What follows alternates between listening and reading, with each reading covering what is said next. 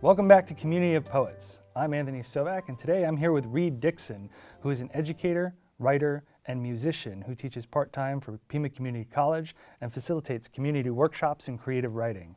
His poems have appeared in Matter Monthly, as well as the recent published anthology, Resist Much, Obey Little. Reed was also the recipient of an Arizona Commission on the Arts grant and multiple grants from the Vermont Studio Center. Reed recently presented at the Modern Language Association and the National Council for Teachers of English on topics related to creative writing studies and craft criticism.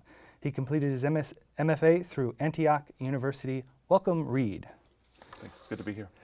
So I like to start off with questions from students in online creative writing poetry courses here at Pima Community College. And this one was addressed specifically to you, so I suspect it may have been from one of your students, but they're interested in how your love of poetry may or does or should or will cross over to music. Sure. So I think my love for poetry and music are kind of inseparable. I came into poetry through music. I hated reading and writing in junior high and high school, but I always loved music, and I always had a place for music. And I think it was reading the album covers of albums from the public library that drew me into writing and reading, for one thing. And so I think, I might read a little short passage of something that reflects that. It's a prose poem that I started to write, and I'll just read a couple paragraphs of it that I think speak to this question. This is called An Ode to Singing When No One Can Hear You. In a box in the garage, I find myself singing. It was 20 years ago, and on both sides I am taking the songs of my familiar, which was Simon and Garfunkel, slowing the parts down or speeding them up into yearning crescendos. I was so damn talented, so impassioned, so made of my reaching. Remember those days, what happened to those days? I knew every word, and not just how they sung, but the way they tasted in my mouth. And in the recording, which I still recall making, it was simply me sitting on a tile floor, no one around. It was a school holiday when I was in the Peace Corps, where all the students had left their hostels and all the other teachers had gone into town, and it was just me with myself. What better thing was there to do than tune my guitar to its lowest string and tune myself into my old sense of song?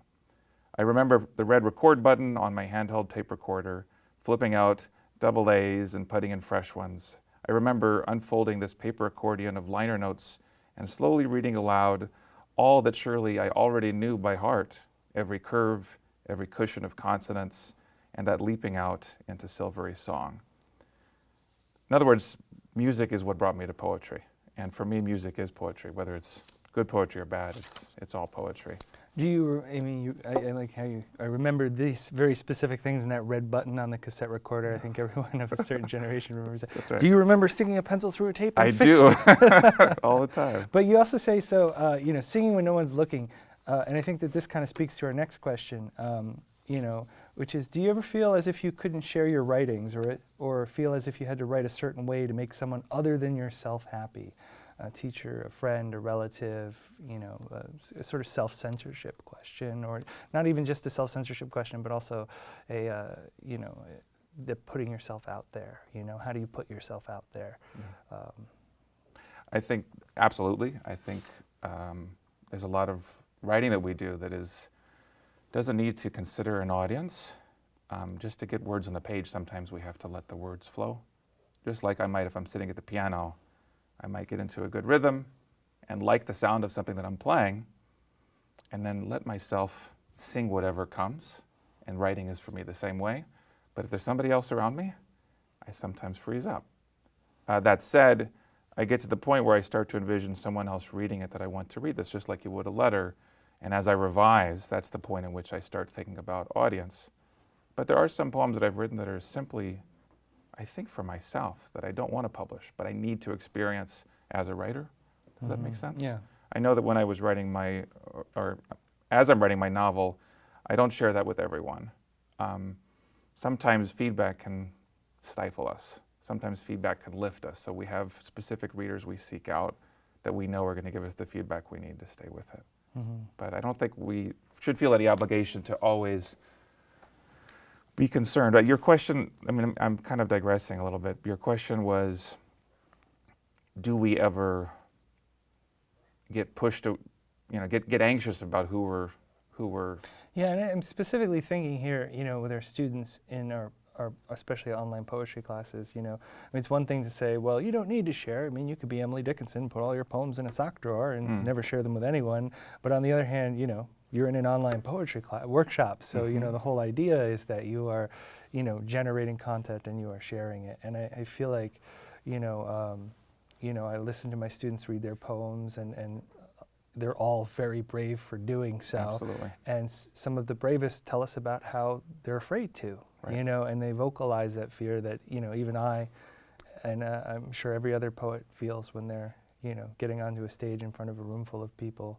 So I did a poetry writing workshop last night at Apollo Middle School with parents of kindergarten through fifth graders. And these are not poets necessarily. I would argue that we're all poets to a degree, because poet is that reaching with language to communicate the things of the heart.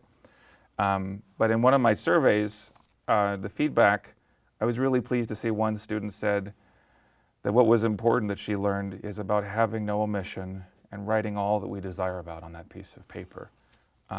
It's really difficult to be uninhibited. And I'm trying to record a bunch of video prompts now for our students to help them loosen up and just let the words flow. Because the goal of this writing, especially when we're getting started, is generative, to get words on the page. We can revisit them later and see how we want to revise them, but we just have to let the words flow. I should also say, in terms of the content, when I was in Vermont, at Vermont Studio Center, one of the visiting poets, when I was a young poet named Stanley Plumley, had a number of young men gathered around his table in the cafeteria. And he said to them, and I was there, he said, no offense to these other folks, but if you want to be political, write an essay. And that put a bad taste in my mouth, because I was writing about the Iraq War, I was writing about standardized testing, I was writing about all these issues that I felt like were personal to me. And sometimes for some of us, the personal is political. Do we omit that from our writing because the audience doesn't want it?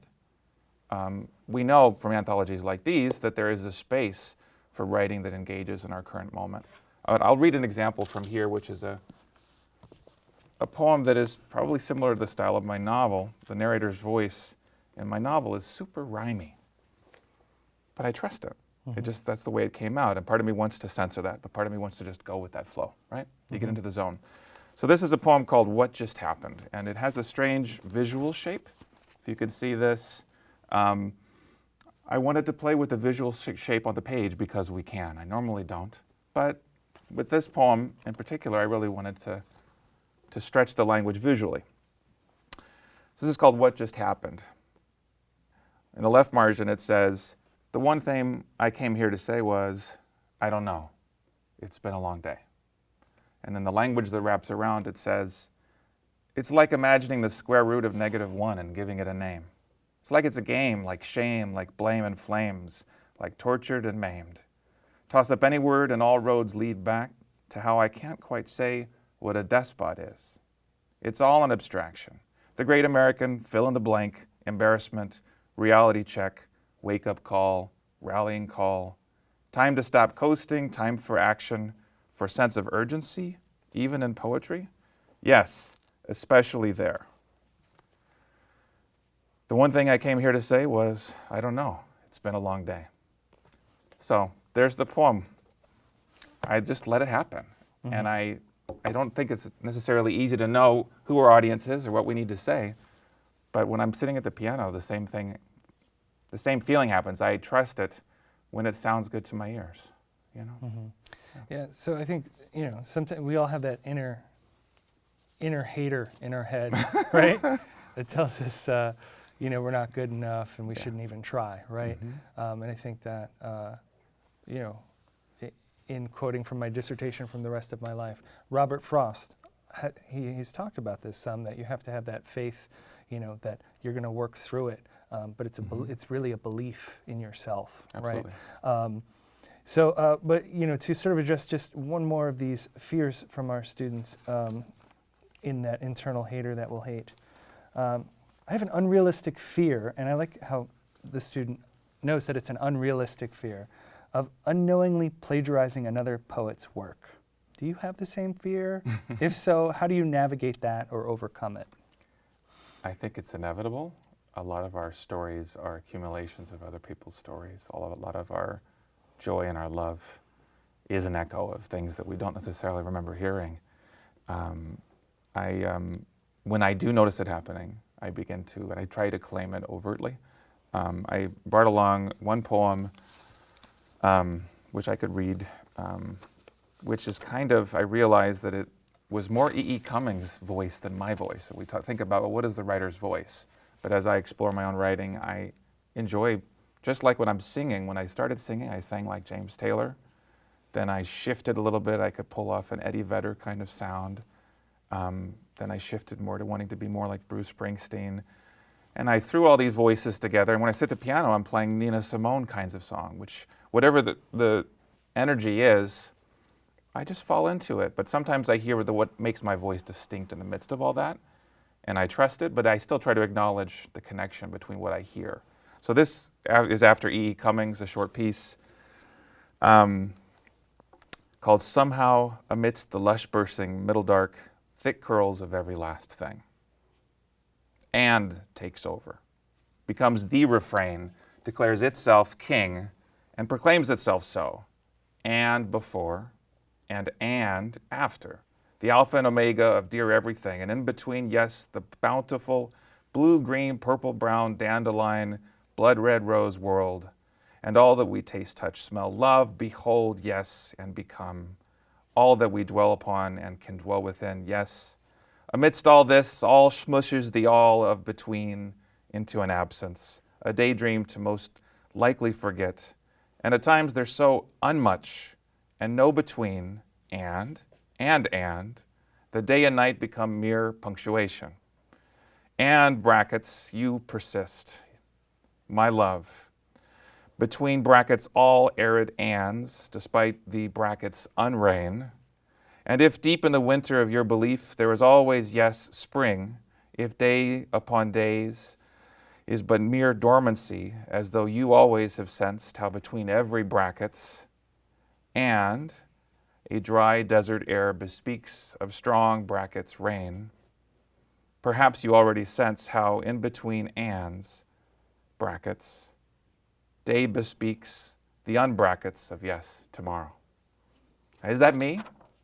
Yeah, of course it's me, but it sounds different. And as I write this, I fall into it. I enjoy the language. It's different than other things that I write. Am I allowed to go there? Should I trust the impulse? I would say just like when you're making music, we go there, we play with sound, we enjoy ourselves.